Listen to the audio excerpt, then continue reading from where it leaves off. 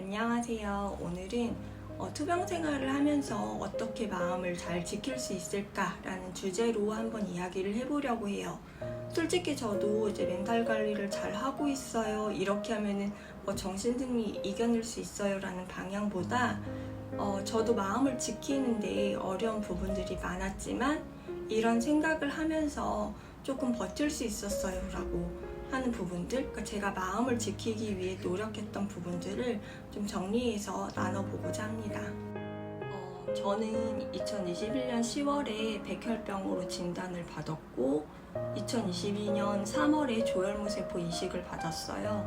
그러니까 백혈병으로 진단을 받고 한 1년 6개월 가까이 입원과 퇴원을 반복하면서 병원 생활을 했습니다. 지금은 외래 진료 간격이 한 달에서 2달 정도로 이제 늘어나긴 했지만 그 전까지 한 번 입원하면은 평균 한 달 그리고 100일 가까이 입원해서 치료를 받은 적도 있어요. 처음 발병하고 진단받고 했을 때는 그냥 좀 정신이 없었는데 투병 생활이 이렇게 길어질수록 멘탈이 나갈 것 같은 순간들이 찾아와요. 당연한 거라는 생각이 좀 들어요. 이게 아프기 전에는 어떤 일이 생겨도 뭐 죽기야 하겠어? 라는 그런 생각이었는데 백혈병으로 진단을 받고 정말 내가 죽을 수도 있는데 라는 그런 두려움, 그리고 변해버린 내 모습을 보는 것도 싫고 그 약이 들어갈 때마다 올라오는 그런 여러 부작용들, 주변에서 들려오는 다른 환우분들의 이제 부고 소식들, 이런 상황이 이제 길어지다 보니까 그 가운데서 마음을 지키는 게 굉장히 어렵더라고요. 그럼에도 불구하고 어떻게 마음을 지킬 수 있을까 한번 정리를 해봤습니다. 첫 번째로는 지금 내 상태를 받아들이고 인정하는 것이었어요. 지금 약해져 있는 내 몸, 그리고 내 마음, 감정 상태를 받아들이는 것이었어요. 지금 아픈 나도 나라는 것, 그거를 그냥 인정하는 게 필요하더라고요. 항암 부작용으로 머리카락이 다 빠져서 빡빡이가 돼버린 내 모습이 보기 싫어지고, 또 이전과 다르게 밖에서 5분만 걸어도 숨이 차는 몸 상태에 절망스럽기도 하고, 사소한 것 하나에 굉장히 화가 나고, 몸에 조금만 이상 증상이 보이면 불안해지고, 이런 상태에서 이건 내가 아닌데 라고 이렇게 부정을 하기보다 그래, 나 지금 아프지, 아프니까 예민해지는 거지, 항암 치료하니까 머리가 빠지는 거지, 다시 나겠지, 지금은 아프니까 그럴 수밖에 없지 라고 이렇게 인정해주는 것이 필요한 것 같아요. 그래야지 내 몸도 마음도 조금 객관적으로 볼 수 있더라고요. 만약에 지금 내 몸 상태가 밖에서 5분을 걷는 것도 힘든데 그것을 이제 애써 부인하면서 아니야, 이렇게 약해진 건 내가 아니야 라고 부정하고 무리해서 움직이기보다 지금 내가 체력이 약해졌구나, 오늘은 5분 정도 걷고 내일은 조금 늘려봐야 되겠다 라고 그렇게 인정하고 객관적으로 바라보려고 조금 노력을 했어요. 두 번째로는 나에게 주어진 지금의 시간을 충실히 사는 것이었어요. 병에 걸리기 전 과거에 대한 후회나 또 미래에 대한 두려움과 걱정을 하면서 시간을 보내기보다 지금 나에게 주어지는 시간, 지금을 사는 것이 굉장히 중요한 것 같아요. 솔직히 이야기하면은 저도 잘 못하는 부분인데 노력하는 중이에요. 1년 반 넘게 입원 생활을 하면서 매번 입원할 때마다 이번에 치료받다가 잘못되면 어떡하지? 라는 걱정을 굉장히 많이 했고요. 이식까지 마친 지 1년 반이 지났지만 여전히 재발에 대한 두려움이 있고, 앞으로 어떤 일을 해야 되나, 누군가를 만날 수는 있을까라는 걱정이 있어요. 그리고 솔직히 그때마다 약간씩 우울해지기도 해요. 그러나 그런 생각이 깊어질 때쯤 지금 그걸 걱정한다고 뭐가 해결되는 게 아니잖아 라는 생각을 하고요. 그냥 딱 오늘 해야 되는 일들, 그리고 자기 전에 내일 할 것들에 대한 계획만 좀 세우려고 노력을 하고 있습니다. 당장 내일, 아니 몇 시간 후에 어떤 일이 생길지 우리는 아무도 모르기 때문에 그냥 나에게 주어진 지금의 시간을 충실히 사는 것이 중요하다라는 생각이 좀 들더라고요. 5년 뒤, 10년 뒤, 20년 뒤 이렇게 먼 미래에 그때까지 내가 살아있으면 참 감사한 일이지만 아닐 수도 있잖아요. 그렇기 때문에 너무 멀리 이제 미래를 보면서 걱정하기보다 가까운 미래를 그리면서 오늘 하루를 열심히 사는 것이 더 낫다고 생각을 해요. 그렇게 딱 하루를 살긴 살되 너무나 먼 미래를 보면서 걱정하기보다 약간 가까운 미래를 좀 생각하고 계획하면서 하루를 보냈습니다.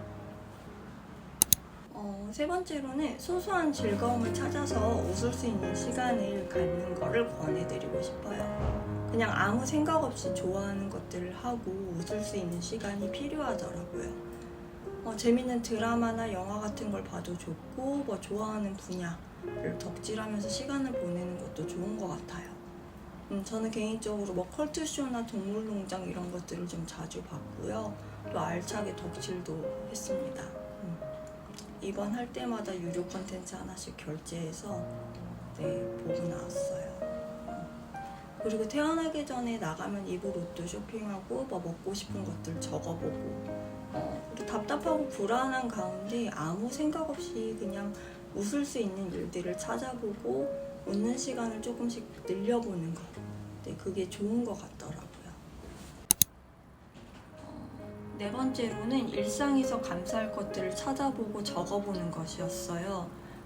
저는 일단 크리스찬으로 신앙이 있고 또 감사의 중요성에 대해서 많이 배웠어요.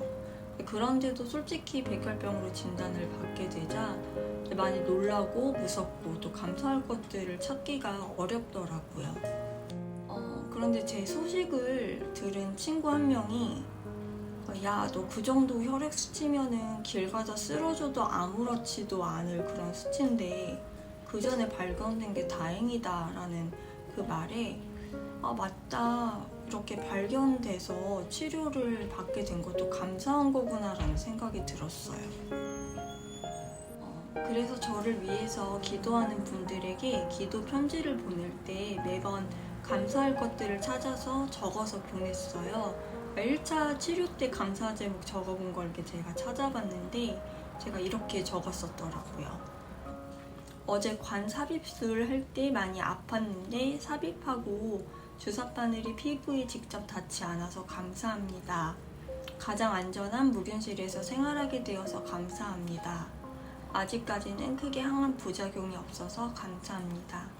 끓인 누룽지지만 그래도 먹을 수 있어서 감사합니다.